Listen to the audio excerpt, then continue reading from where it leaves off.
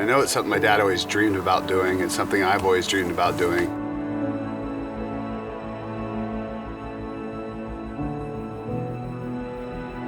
As a surprise to him 2 years ago, I booked this hunt as a gift to my dad for all of his generosity growing up. We're hunting with our longbows this week, and it's my dad's bucket list hunt to do, which is to shoot a moose with a longbow. He's in his early 70s. It's a great gift for me to give back to him. And it's a really special hunt for me. This hunt basically started involving Jason when he got very involved with his company Kuyu and going places around the world to hunt. And he asked me of all the animals, if you could pick one hunt, what would you do? And I said I'd hunt moose. Because the moose is so traditional, and particularly for traditional bow hunters. It's the ideal animal. It's exciting. There's got some risk involved. It's remote areas. It's gorgeous. So here we are.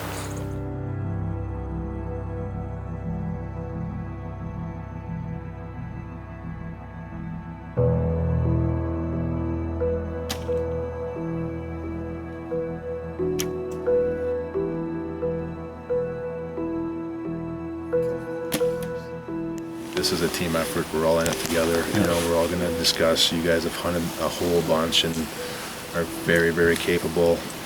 We're not going to take any chances. And if it's going to get dicey, we're going to make the right decisions at all times. They got the Yukon regs, right? Yeah. No exportation of backstrap or tenderloins That's or anything. right. Well, yeah. Oh, yeah. Only a neck is the only cuts that are Allowed to go out. And yeah. it's customary to give the cuts to the guides.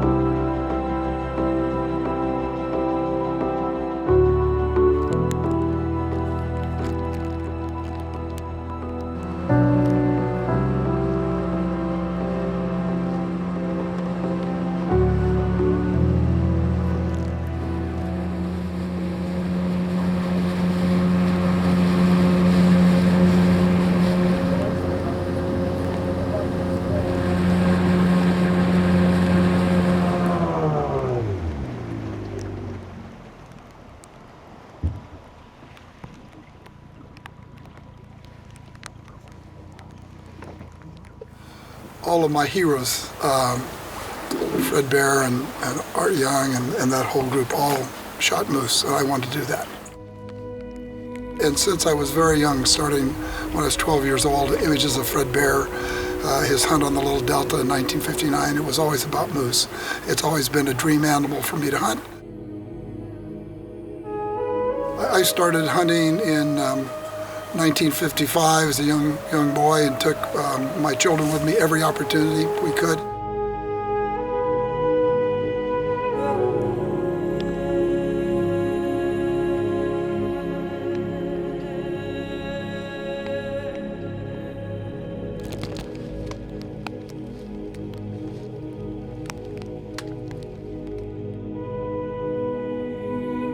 I think when you get away from any traces of human existence, when you're in an area that's as pristine as it's ever been, there's a certain warmth.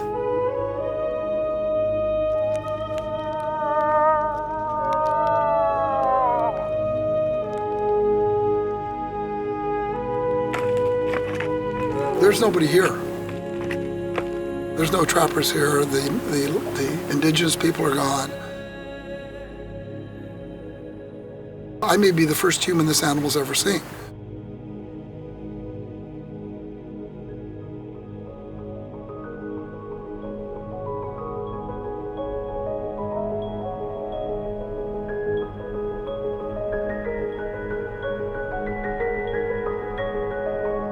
I know some people don't have the same feeling about that. They don't like to be this far in, as they describe it. I love being in here. The further in I get, the better I feel. It's not like I'm someplace strange. It's like someplace I really am supposed to be.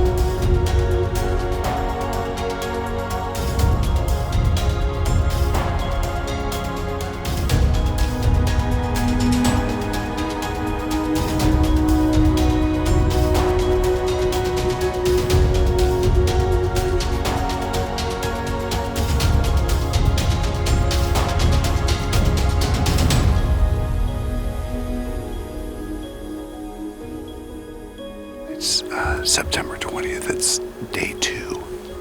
We've come downstream about a mile from camp. We're set up on a nice gravel bar. We've got a bog behind us, some flats behind us, some rolling hills. We found some really big, fresh bull moose tracks, so we just set up and did our first call. We're just gonna wait and stay here for a couple hours and see if we can't pull this bull in. Wind's really calm this morning. It's cold, but not too bad. And we'll just see how it works out. Great spot to set up.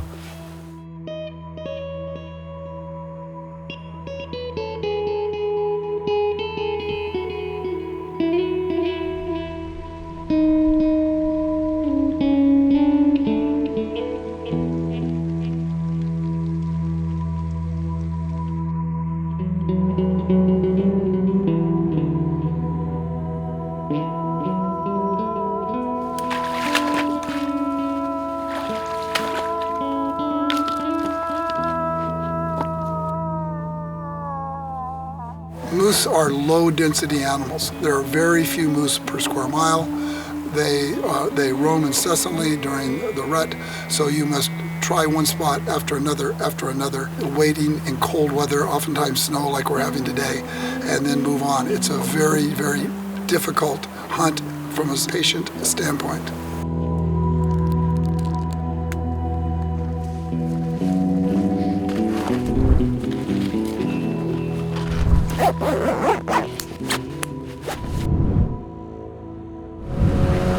Love so shining and new, come aboard, we're expecting you. The love boat.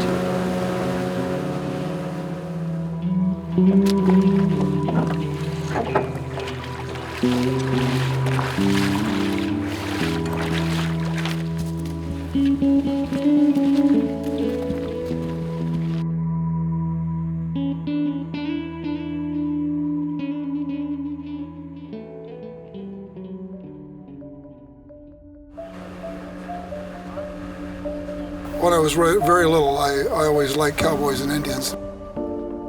For some reason, I loved the way Indians could move through the forest.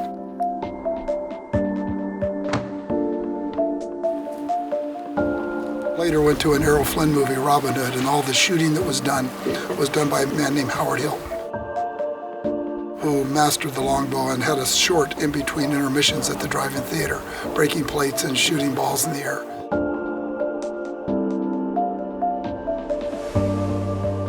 And that kind of set the tone for me for the rest of my life.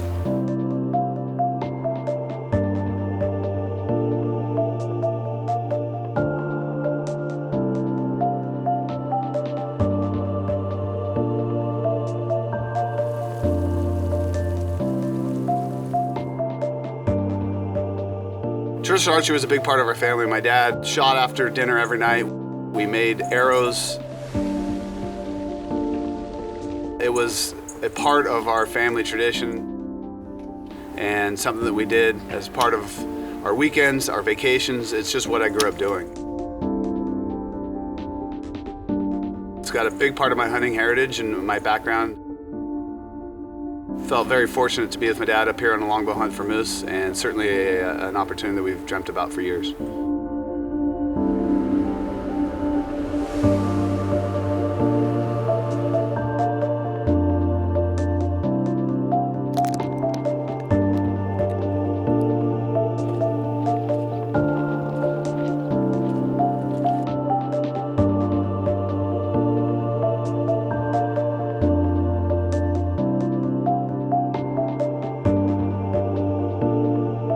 made 2 other stops, and one of our guides, Irv, just had a feeling about this location.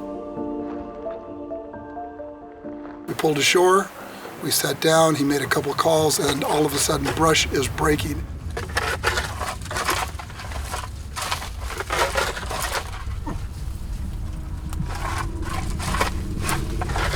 It felt like a bulldozer was coming our way.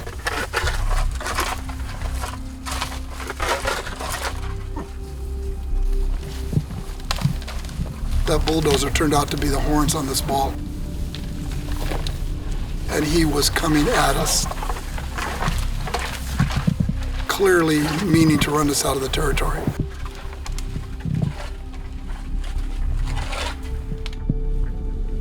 I was breathing heavily. I have never had an adrenaline rush like that.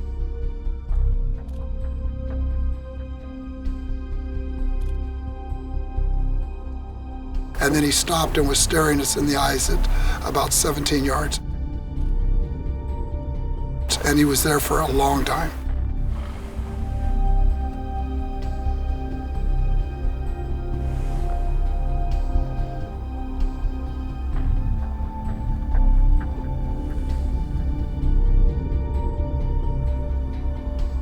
From the time that I made eye contact with that bull, I never took my eye off the spot I wanted to hit him.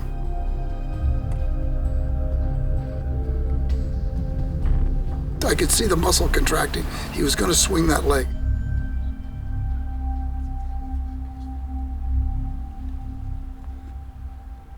When you stop letting your senses control what you're doing, it's just got to be a flow mentally, and you just let it happen. And when it does, it's magic.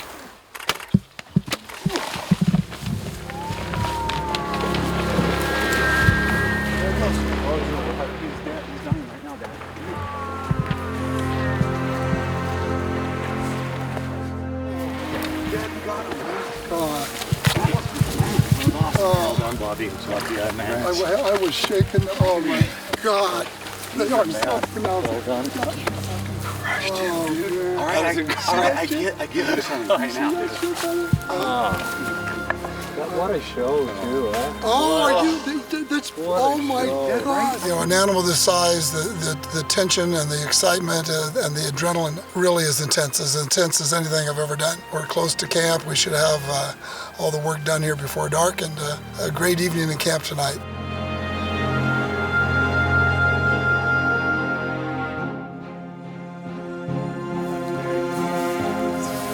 Perfect. That's perfect.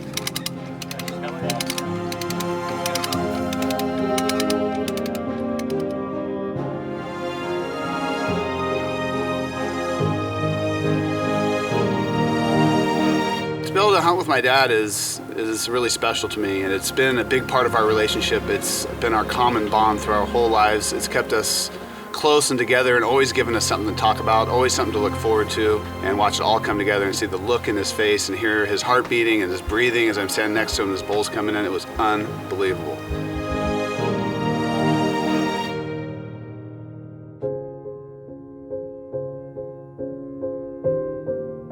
If this is your thing, it's addictive as heck, and you got to be careful, because you will come and you will come again and again. It's really very special to me.